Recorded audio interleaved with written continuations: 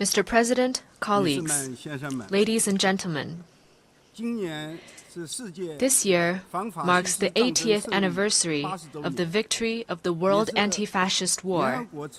It is also the 80th anniversary of the founding of the United Nations. 80 years ago, fascism was defeated in fearless battles by countless heroic men and women around the world.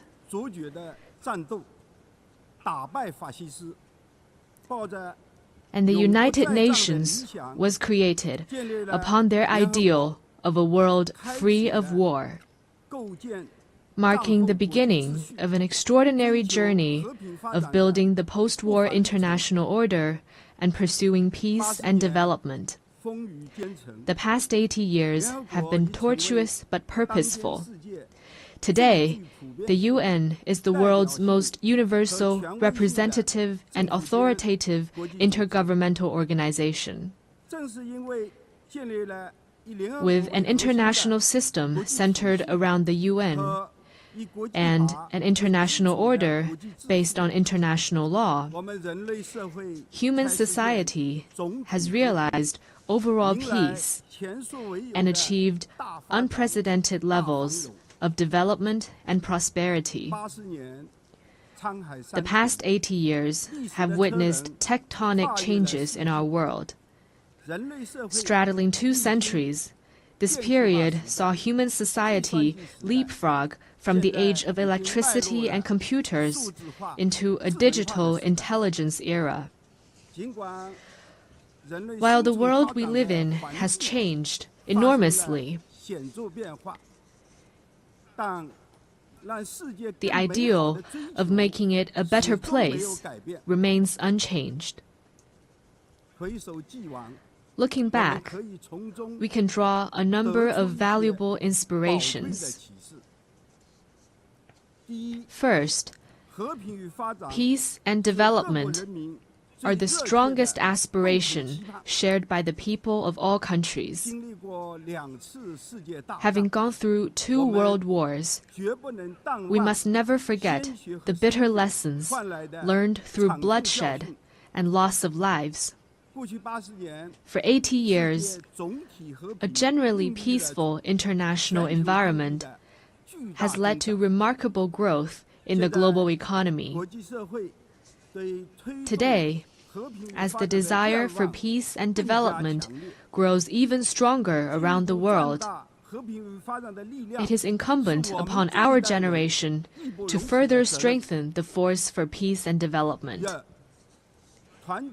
Second, solidarity and cooperation are the most powerful drivers for human progress.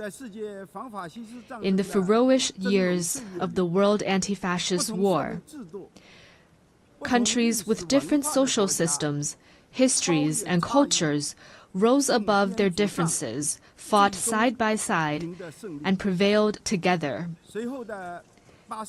In the 80 years that followed, they weathered a succession of vicissitudes, such as the Cold War standoff, financial crises, and global pandemics, by staying connected and working together. All this proves a simple yet powerful point.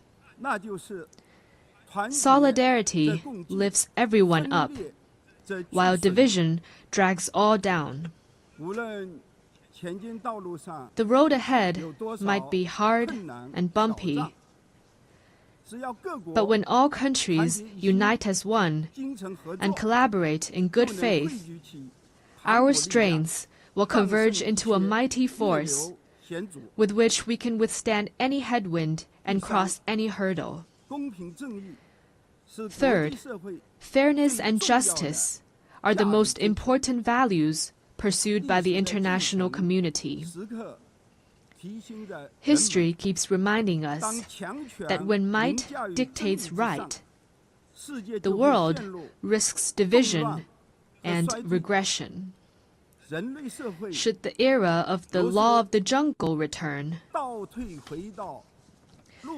and the weak be left as a prey to the strong, human society would face even more bloodshed and brutality. As members of the global family, we must uphold justice while pursuing our own interests.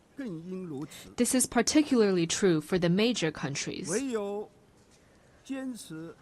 Only when all countries, big or small, are treated as equals and true multilateralism is practiced, can the rights and interests of all parties be better protected. At present, the world has entered a new period of turbulence and transformation. Unilateralism and Cold War mentality are resurfacing.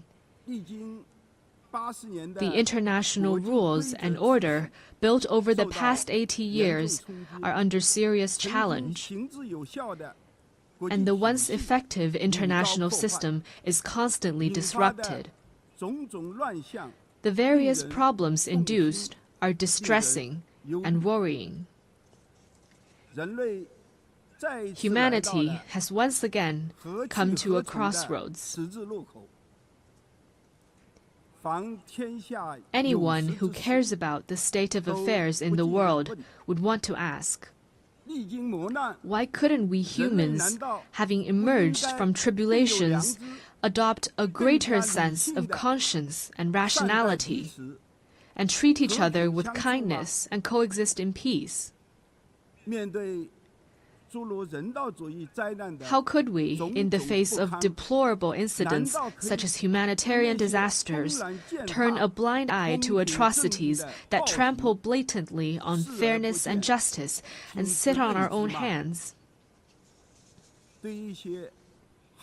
How could we, when confronted with unscrupulous acts of hegemonism and bullying, remain silent and submissive for fear of might? And how could we let the ardent passion and dedication of our forefathers in founding the UN simply fade into the pages of history?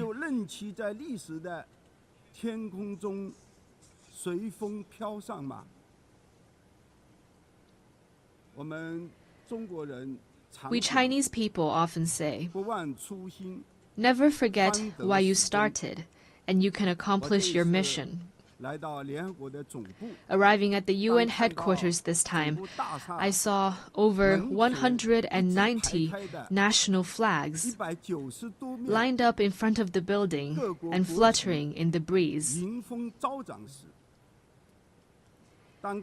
I saw the sculptures, let us beat swords into plowshares, and non-violence, with their time-tested message ever so loud.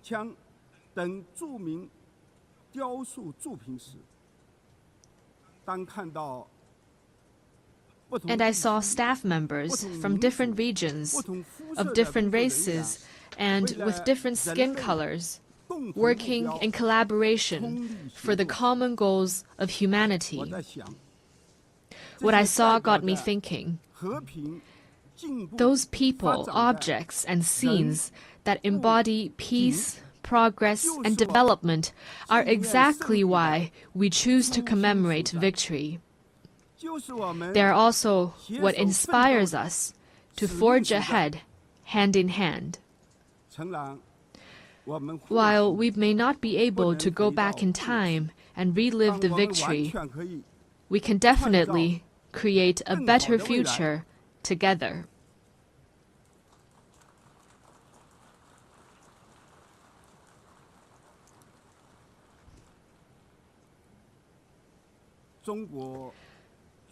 As a founding member of the UN, China has all along taken an active part in global affairs and worked for the betterment of humanity.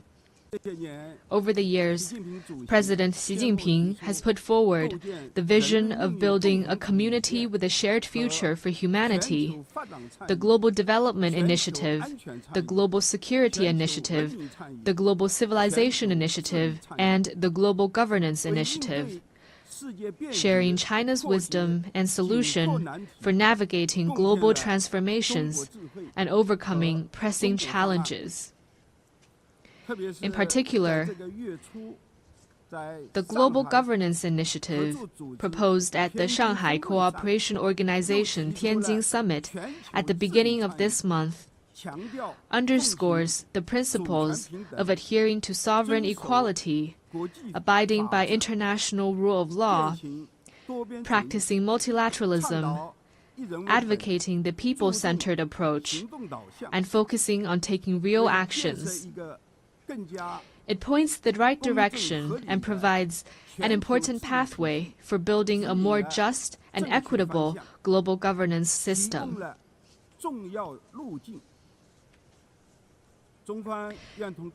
China is ready to take coordinated and effective actions together with all sides to offer more concrete solutions and promote world peace and development. First, amid the volatility and turbulence in the world, we must work together for peace and shared security.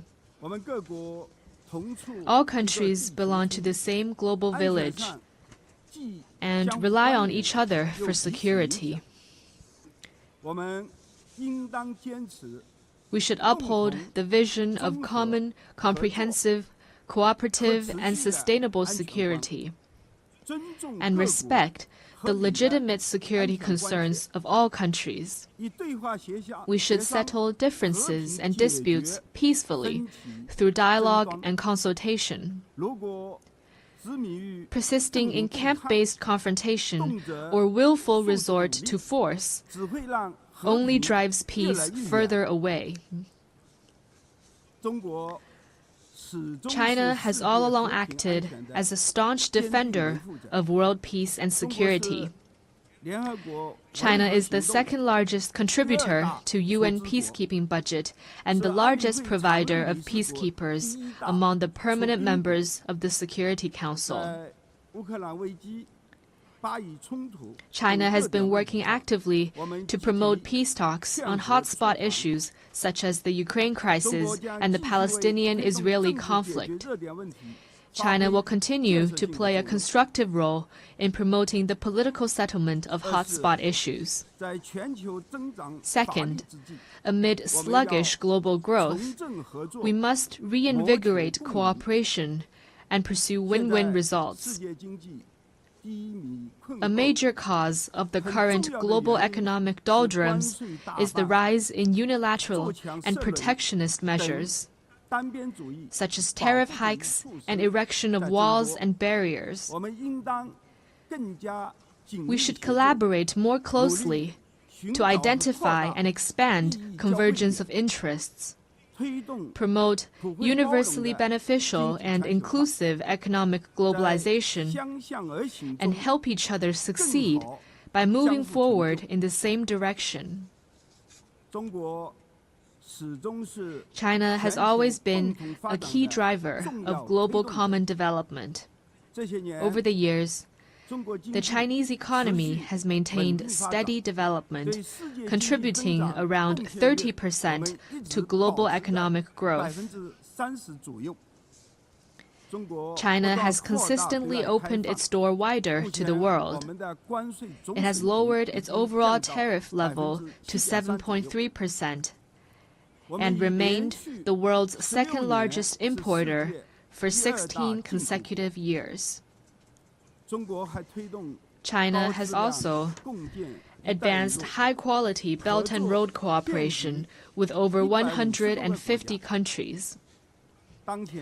Currently, China is taking solid steps to promote high-quality development at home, with a focus on expanding domestic demand. China has the confidence and capability to keep its economy on an upward trajectory and continue to provide important support for global economic growth. Third, amid dynamic interactions among civilizations, we must champion dialogue and mutual enlightenment. Every civilization has its unique value and heritage. and deserves acknowledgement and respect. Obsession with so-called civilizational superiority or ideology-based circles only breeds more division and confrontation. Adopting an inclusive attitude and engaging in exchange and mutual learning is a sure way to build more consensus and collective strength. China has all along engaged in active civilizational exchange and mutual learning. Over the next 5 years, China will carry out 50 development cooperation programs in the field of culture and civilization for fellow developing countries, and host 200 thematic training and seminar programs, contributing its part to inter-civilizational dialogue and the progress of civilizations. Fourth, amid emerging challenges, we must respond with concrete efforts and protect our shared home. Climate change is a major challenge confronting all of us. We should uphold the principle of common but differentiated responsibilities, promote the effective implementation of the Paris Agreement, and enhance international collaboration on the green economy. In recent years, technologies such as artificial intelligence, network communications, and biomanufacturing have advanced rapidly. Along with the benefits, they also bring potential risks.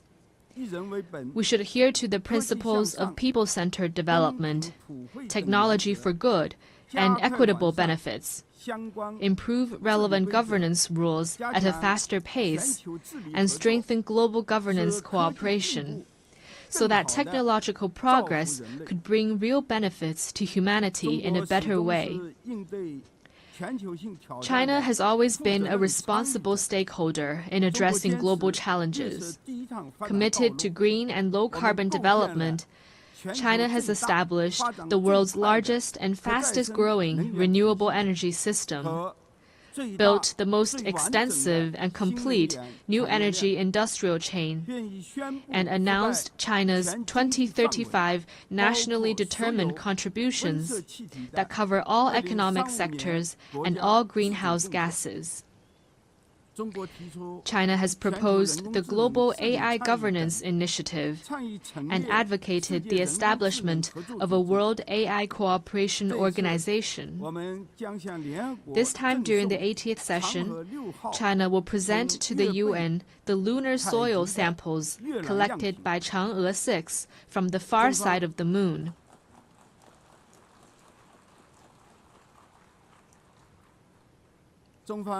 Going forward, China will take more proactive actions and work with all parties to advance global governance in relevant areas. Colleagues, China stands ready to work with all members to uphold the standing and authority of the UN, safeguard the purposes and principles of the UN Charter, support UN reforms to improve its efficiency and capacity to fulfill its mandate, and advocate greater representation and voice of developing countries.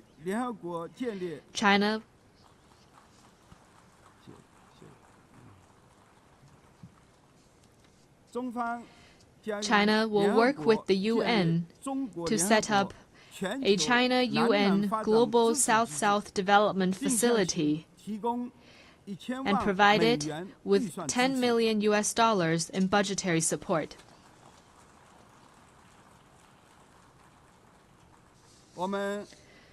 China will also partner with the United Nations Development Program to establish a global center for sustainable development in Shanghai to accelerate the implementation of the UN 2030 Agenda for Sustainable Development.